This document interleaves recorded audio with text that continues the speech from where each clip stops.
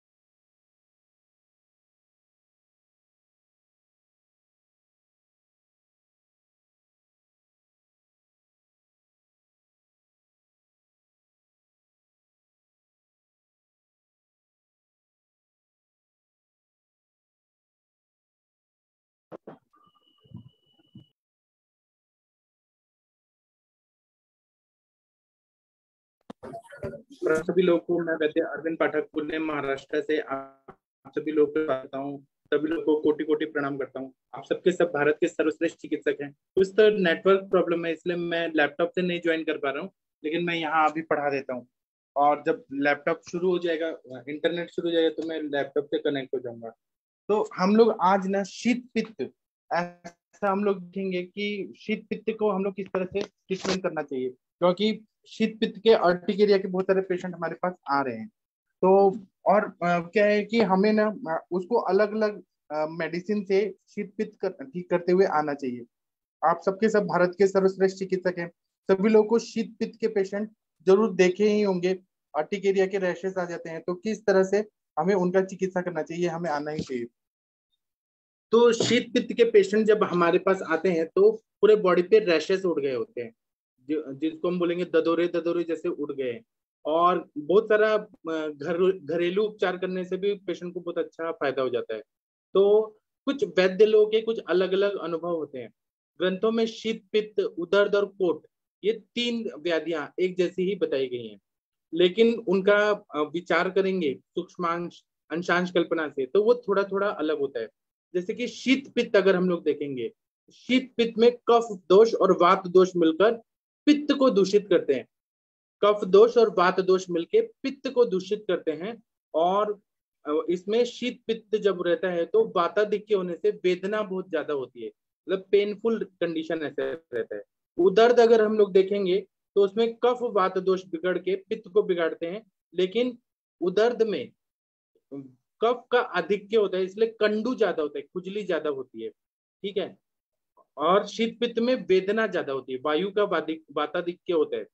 उदर्द में कफ का आधिक्य होता है। कोट अगर देखेंगे तो ये अगर असम्यक रूप से वमन है, वमन का वेग अगर रोक दिया गया या असम्यक योग हो गया, तो ये कोट उत्पन्न हो जाता है। और कफ और पित्त के दुष्टि की वजह से कोट निर्माण हो जाता है। ठीक है।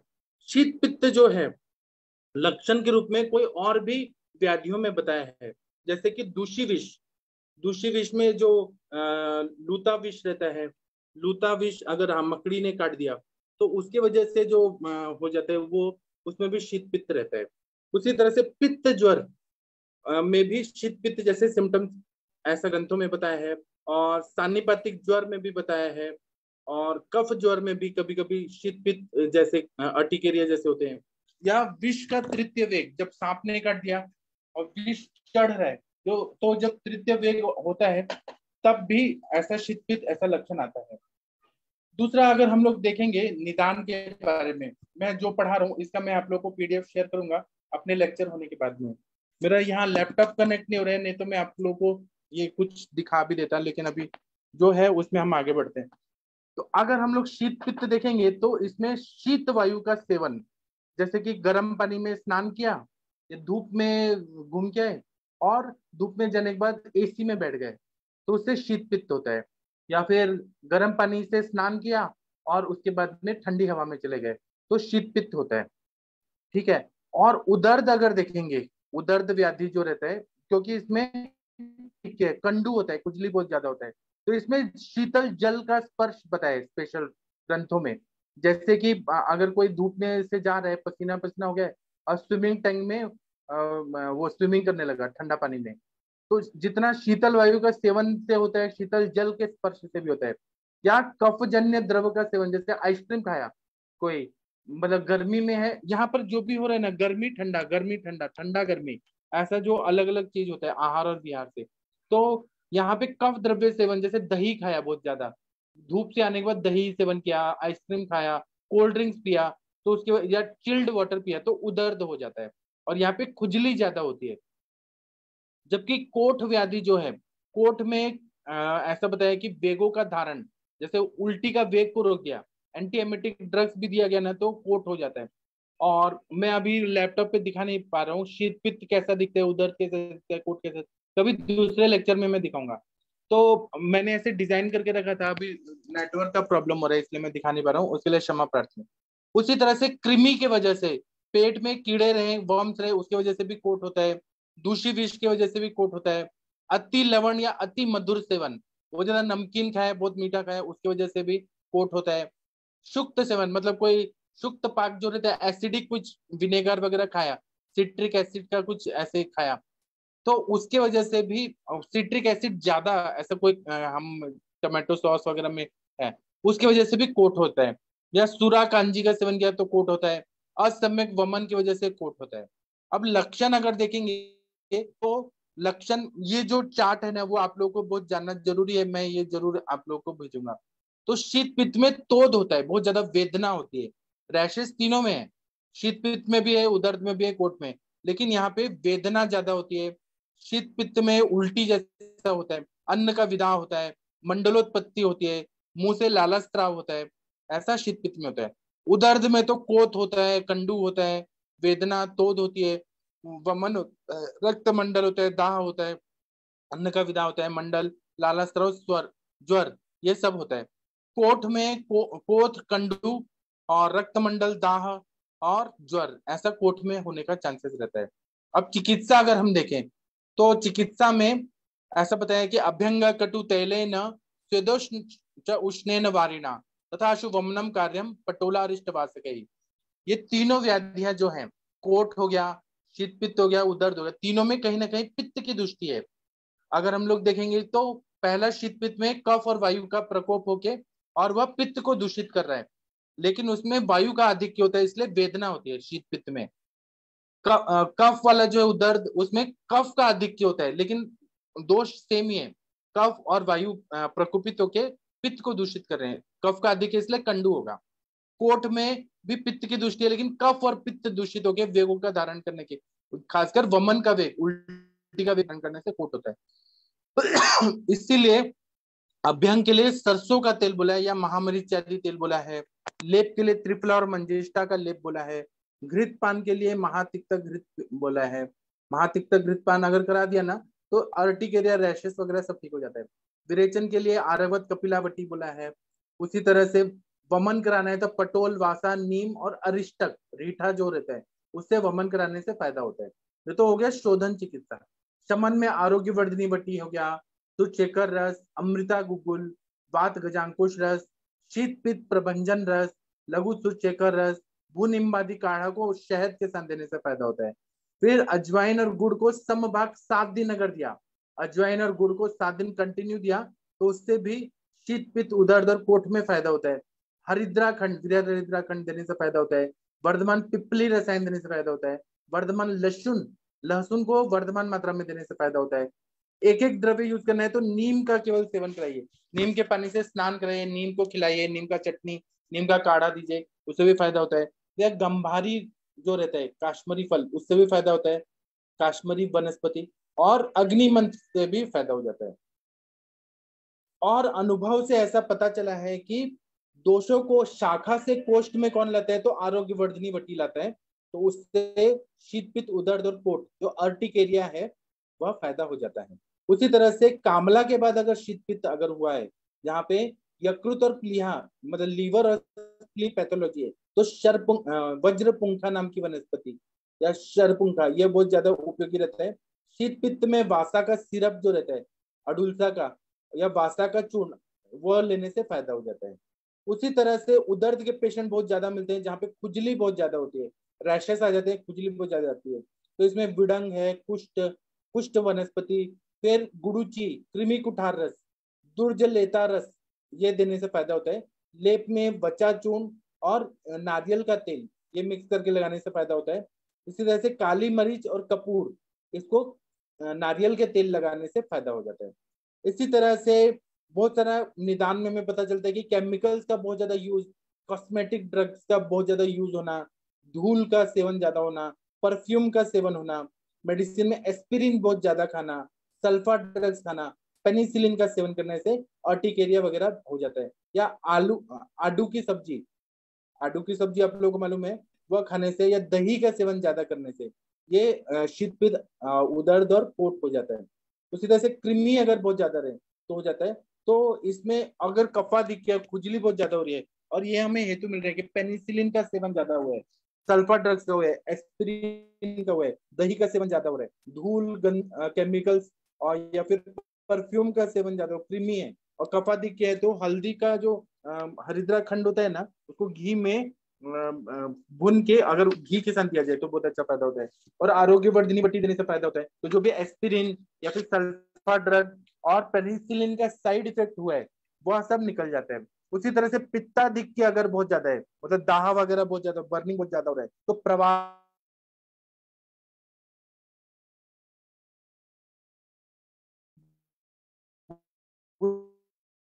प्रवाल पंचामृत, प्रवाल पिष्टी, लघु बहुत अच्छा फायदा। उसी तरह से इसमें स्वेदन देने से फायदा होता है। तो धूप में पेशेंट को कुछ देर बैठा दें, कुछ देर बैठाना है, ज्यादा देर नहीं बैठाना है।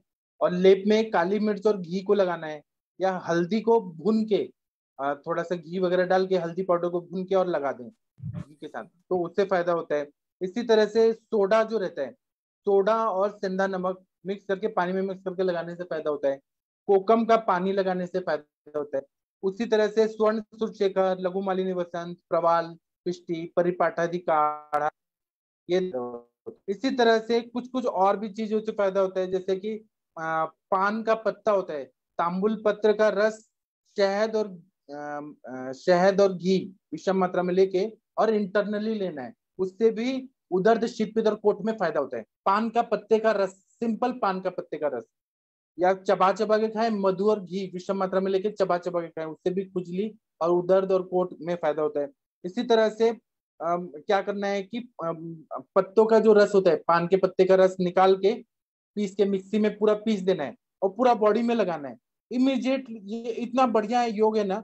पान का पत्ता आप लोगों को कहीं पर भी मिल जाएगा, लोग बहुत पान खाते हैं, तो कहीं पर भी मिल जाएगा, आप अपने पूरे बॉडी पे लगवा दीजिए, इमीडिएट फायदा होगा। या त्रिफलादि तेल जो है शारंगा संहिता में बताया, उसको पूरा शरीर में लगाने से फायदा होता है। या फिर लोबान जो रहता है, जो मुस्लिम लोग जलाते हैं ना, लोबान, वो मस्जिद में बहुत जलता है या दरगाह में जलता है, वो लोबान लेके आना है और पानी में मिक्स कर देना है और वो लगाना है, उससे शीत पित्त, दर्द और कोट ठीक हो जाता है। इसी तरह से धातकीप का चूर्ण रहता है, वो लगाने से फायदा होता है।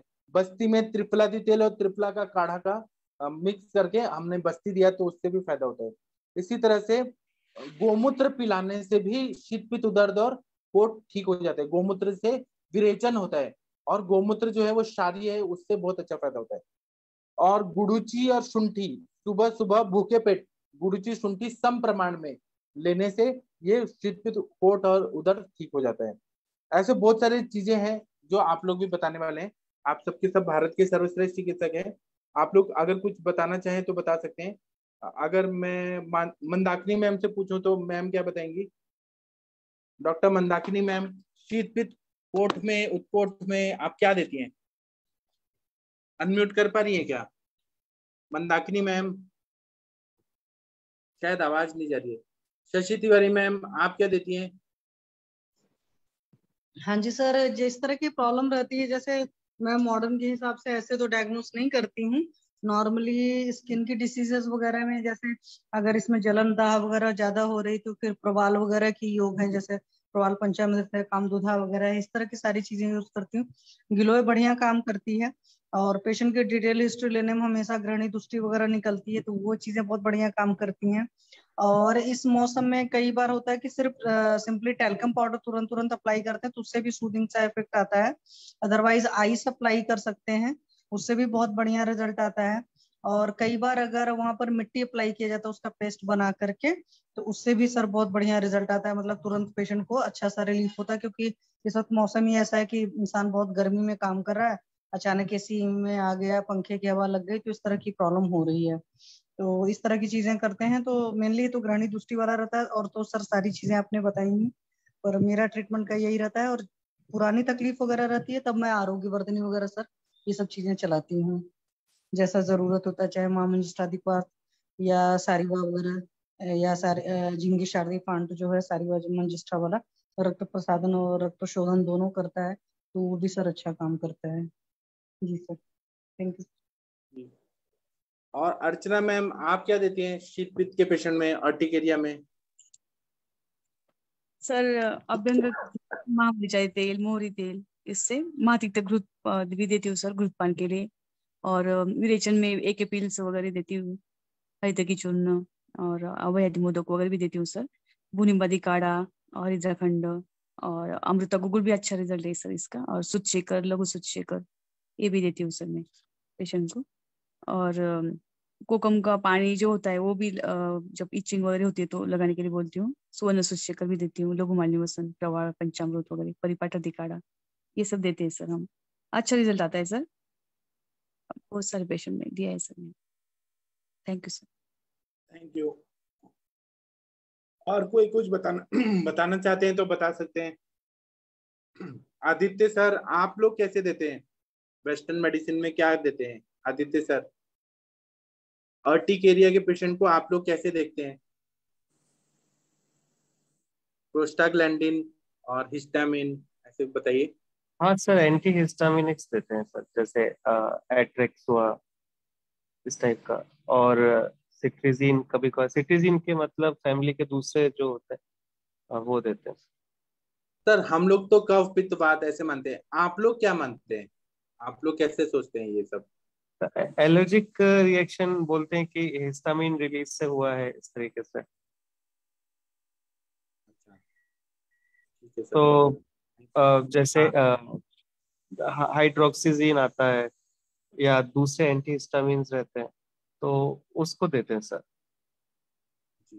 तो आप लोग के साइंस में शोधन प्रक्रिया ऐसा तो नहीं है ना? नहीं क्योंकि सर, मैंने देखा कि पेशेंट बहुत सालों साल एलोपैथी दवाइयाँ लेते रहते हैं। नहीं सर। हाँ, हम लोग बोलते हैं कि वाइट वाइट ब्लड सेल्स ऐसी चीजें सिक्रीट करते हैं जिससे ये रिएक्शन होता है, इस तरीके से एंटी हिस्टामिन देता है। जी। लेकिन आपके ट्रीटमेंट से तुरंत फायदा होता है, ये भी है। सबसाइड हो जाते हैं सिम्टम। हमारे उससे भी सरसों का तेल लगा दिया, हरिद्राखंड दे दिया, गंधक रसायन दे दिया, तो हमारे इससे भी फायदा होता है।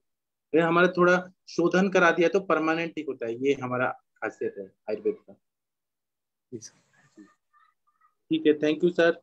और कोई बताना चाहते हैं? सुरेंद्र शर्मा जी, हरीश बत्रा जी, माधुरी मैम, तकदीर जी, शीत पित्त दर्द कोट के पेशेंट को आप लोग दवाई देते हैं? किसी का कोई एक्सपीरियंस है तो बताइए। सर मेरा नहीं है, हमारे पास एक दिया है। अच्छा सर, कोई बात नहीं। ठीक है, कोई और बताना चाहते हैं तो बता सकते हैं, अगर नहीं बताना है तो कोई बात नहीं। अभी हम सेशन बंद करते हैं, यहाँ मेरे पास नेटवर्क का प्रॉब्लम है। अब हम 8:15 पे मिलेंगे और फिर हम लोग फिर क्लिनिकल डिस्कशन जो होता है उस पर पार्टिसिपेट करेंगे। तो मैं अभी सेशन बंद करता हूँ। थैंक यू, प्रणाम सभी लोगों को। Thank you.